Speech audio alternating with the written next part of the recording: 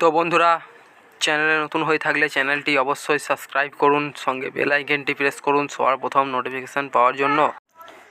এরকম লো রেঞ্জের প্রচুর বেড আমাদের দোকানে রয়েছে, প্রয়োজনে যোগাযোগ করুন। ফোন নাম্বার এবং অ্যাড্রেস ডিসক্রিপশান বক্সে দেওয়া আছে।